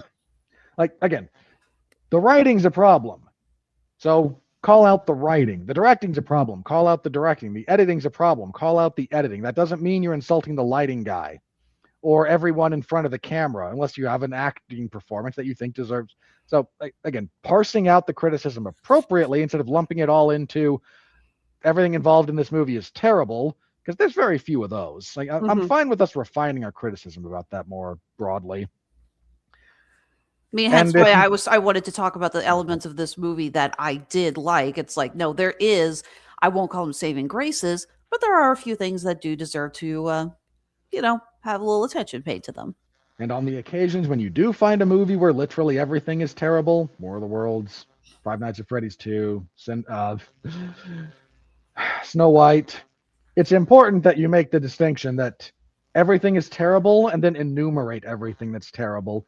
And then, of course, say, and by the way, the guys working the sound and the guys working the lighting and the actual camera operators, God bless you. You're out there doing the best you can on something that you had to know was just absolutely terrible. You know what? I'll even give credit to Snow White. Production design and lighting was good. It's a very beautiful looking movie as long as you're not paying attention to the CGI. The 3 scenes that they actually shoot outdoors look so different from everything else. I couldn't look at the other stuff seriously after that. Which is a whole other problem, but I'm just thinking about the scene. I saw, I don't know what it was, but someone had a clip with the Princess Problems musical number. And I was thinking back to, like, you know what? That was a competently shot, well lit, that's one choreographed scene. They went out into the woods and shot a scene. Fair enough. And it looks like that. I mean, that whole sequence actually gave me, there's a sequence in First Night. It gave me some vibes from one of the forest sequences in that. Like, you know what you're doing a little bit here. Why couldn't you do that with the rest of the movie? We go from like the CGI slop to a real forest, back to the CGI slop, and you just kind of go, but it looked good for a 5-minute segment. The visual didn't make my eyes bleed. Now I'm looking at the nightmare-fueled dwarves again. What the hell? So, anyway, that was the Oscars, and let's hit Rotten Tomatoes real quick, and then we can get out of here.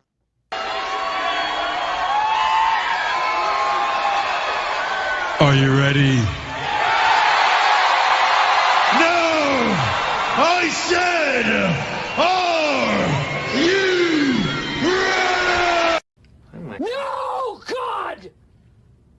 No, God, please, no! No! No! No! What the hell? Why we can't have nice things? Sorry, that was hilarious. Okay. So on the tomato meter, we sit at 57%. Please let that go down. Not far enough. Who's trying to get into parties based on this thing? Oh my God. What sliding scale are you using that I didn't at least met? Oh my Lord. You want me to click verified versus all audience? Yes, please. Not. Guys, you're killing Robert here. You're diminishing his will to live. This is why we can't take you seriously anymore, Rotten Tomatoes.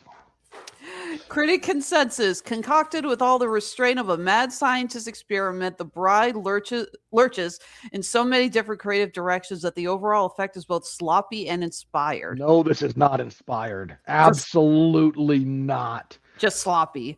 And the audience AI says The Bride unapologetically walks down the bloody aisle with style and verve, sparking mixed reactions. Some question its unity, while many more wholeheartedly say, I do, without a prenup. Oh, fuck you. Fuck you, AI. We're going to get a lot of those puns, aren't we? Oh. I'm not looking forward to that. I'm not either. Hang on. Let me freaking adjust this screen. My There we go. God. It's like I try to format this thing so I can see both this and the StreamYard at the same time, and my Yep. computer says no. It's a fight. All right. So let's just start at the top here. Stephen Prokop, I don't know. Third Coast Review, 3 out of 4. The Bride is loud, brash, and fully in your face with both its visuals and its messages. Yeah, it is loud and brash and fully in your face, and we don't like it for that. I'm sorry, guys. I don't have the fondest of memories when this kind of filmmaking was in vogue, and we drummed it out of town for a reason. Okay, Neely Swanson from the Beverly Hills Courier.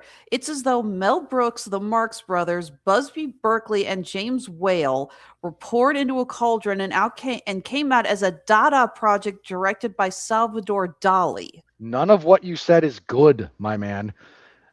I've got look. If you want me to describe the artistic process here, this is Maggie Gyllenhaal dumping a handful of references and her every 2016 social talking point into a blender, hitting frappe, and then just throwing the resulting liquefied mess willy-nilly at the wall, pointing at it and going, art. And for the record, just because she included an homage to Young Frankenstein does not entitle you to say that she put Mel Brooks in the cauldron. A reference does not count as an ingredient in this concoction. Not one bit of Maggie Gyllenhaal's filmmaking. Maggie Gyllenhaal's filmmaking talent would be the equivalent of a Mel Brooks toenail clipping. Robert Horton from The Scarecrow. Embedded in the movie's glorious fun is Maggie Gyllenhaal's embrace of wild ideas and narrative eruptions. The Bride plays like a battlefield collaboration from Samuel Fuller and Jean-Luc Godard. Hectoring, radicalized, in your face. Okay, is this giving permission for all of the really pretentious film snobs to come out of the woodwork? Yes, it is. It can't possibly be as stupid on its face as it is. In order to sound smarter, I'm going to look for meaning in this. You people are, there's a movie that, Interstate 60, I think. Mm-hmm. It's a weird movie. It's also got Christopher Lloyd and Gary Oldman and a bunch of other people in it. Kurt Russell. It's metaphysical, coming of age journey. Guy drives across the country on a non-existent highway. One of the gags is there's a fake museum that on its surface says, come look at recreations of masterpieces, reproductions. So people go in and they look at the art and they talk about it I can totally tell it's a fake. The gag is these are the real deal. And all of the posers and the snobs are the ones saying, you can tell it's a fake because of X when it's the real thing. And our protagonist is an art history buff. So he spots it and, it's part of his journey. But these are those people. If you told them this was a fake, they'd say, oh, of course it's a fake. If you tell them it's an original, they'll prattle on about its brilliance just to try and go with consensus rather than actually express what they think, because they lack confidence in themselves and what they're doing. Okay, Tina Cockadelis, I think. In The Bride, there's enough interesting scaffolding to believe that another version of this movie exists and that it could capture the distinct feminine rage of feeling voiceless. How in the world is this movie? Of all the things this movie actually captures about the, feminist complaints, feeling voiceless isn't one of them, apart from Penelope Cruz in 2 scenes. The Bride and Mary Shelley never shut up. Glenn Weldon from Pop Culture Happy Hour, an NPR podcast. This movie's a mess, but call me Marie Kondo because I love mess. Wow. Any weakest link references you want to pull out there while you're at it? You get my tax dollars, dickhead. I'm not happy about this. All right. We are actually coming up really close on 2 hours. So I think we're going to do 1 or 2 more, and then we should really start wrapping up. A couple of our Eric Childress for Movie Madness Podcast. Anyone who has hyperbolized, thank you, that this is the worst film ever and needs to see more movies because even in some of the messiness, there is too much to admire from Gyllenhaal's revision, especially in the performance of Buckley and Bale. She has nothing to do with the performances that Jesse Buckley and Christian Bale give. I will die on that hill. I agree. So she's not actually responsible for the only redeeming part of this mess. I will not say this is the worst movie ever made. It's not. I've seen less competent films. It's a bad, very bad movie. That is, to date, the worst thing I've seen this year. Not seeing a lot of our usual reviewers, but again, this They came out were the all same. afraid. Well, I think it's more because this came out the same week as Hoppers. Yeah. So I think a lot of our usual reviewers went over to review that. And look, if Grace Randolph has to review just one movie on a weekend, then it's going to be Hoppers, not The Bride.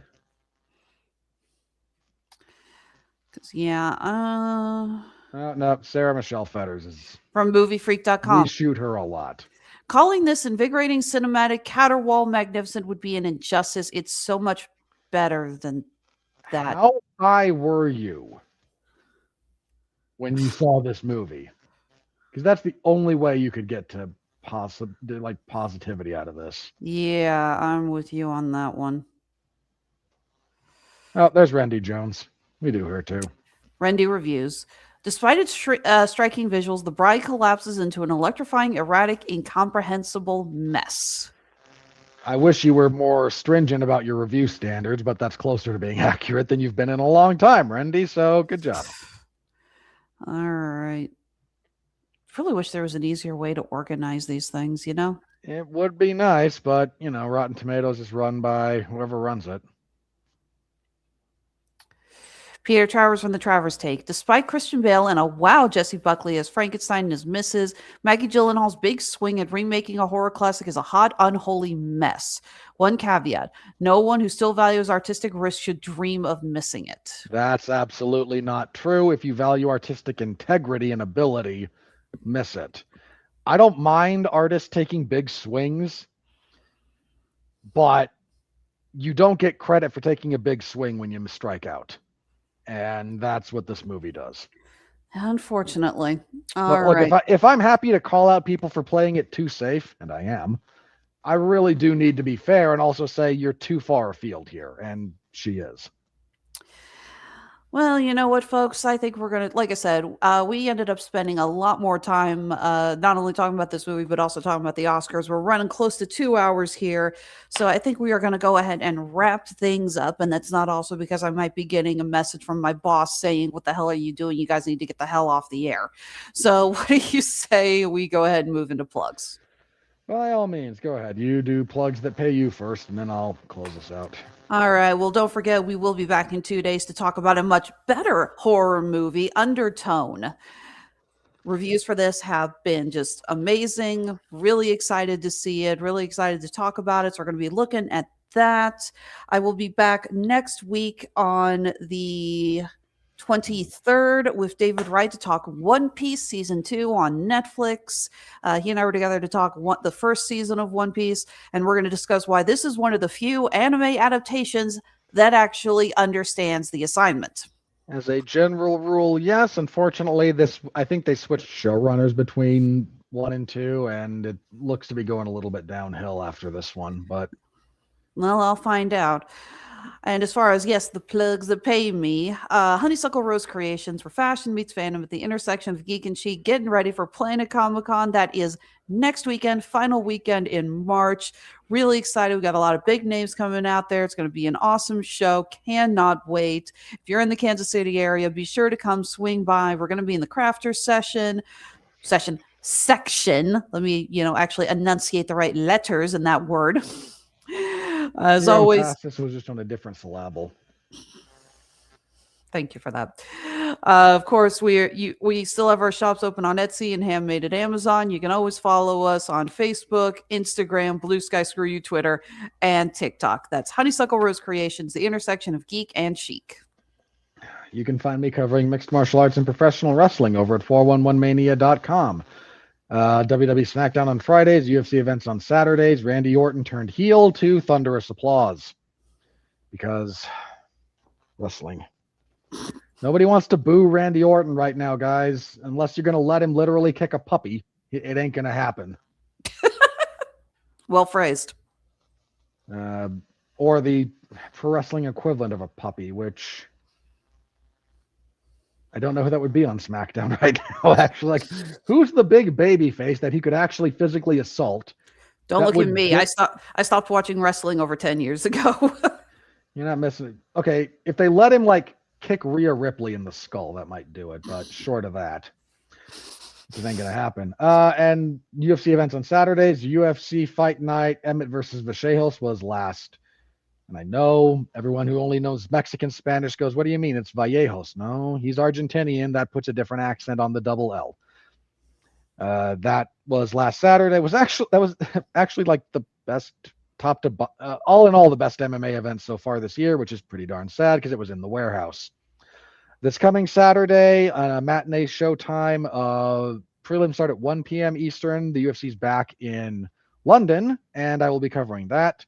And again, Friday, where Randy Orton will cut his "I'm always an evil heel" promo to more people cheering him because, again, wrestling.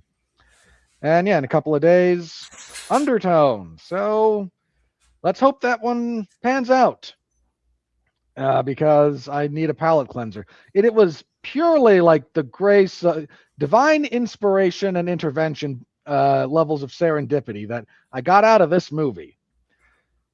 Questioning everything about my continued desire to go on living. Turned on my car and was greeted with the opening strains of Kickstart My Heart by Motley Crue on the radio randomly. I kid you not. What kind of a message was God trying to send you there? Life is still worth living. And on that note, everybody, hopefully your life is still worth living. So thank you all very much for tuning in, live or after the fact. Interact with the stream any way you can. Like, comment, subscribe, star rating, written review, whatever's applicable to you. We're very grateful for you. Be back here in 2 days for Undertone, and we will be back here next week. Mark will be back, and we will be talking Ryan Gosling, or as apparently as Harrison Ford calls him, Brian Roslin. And Ryan Gosling's just gone along with that joke for years at this point. Because he's been in a few movies with Harrison Ford who never calls him by the right name. And apparently it's one of the few things that brings Harrison Ford joy these days. So we all just go along with it. Project Hail Mary, which has been getting rave reviews. I've not seen a bad one of it yet. And very much looking forward to that. So we will see you next week for that here on Damn You Hollywood. Until then, on behalf of Alexis, we thank Kat for stopping by, Mark in absentia, but always in our hearts. Be well, be safe, and behave.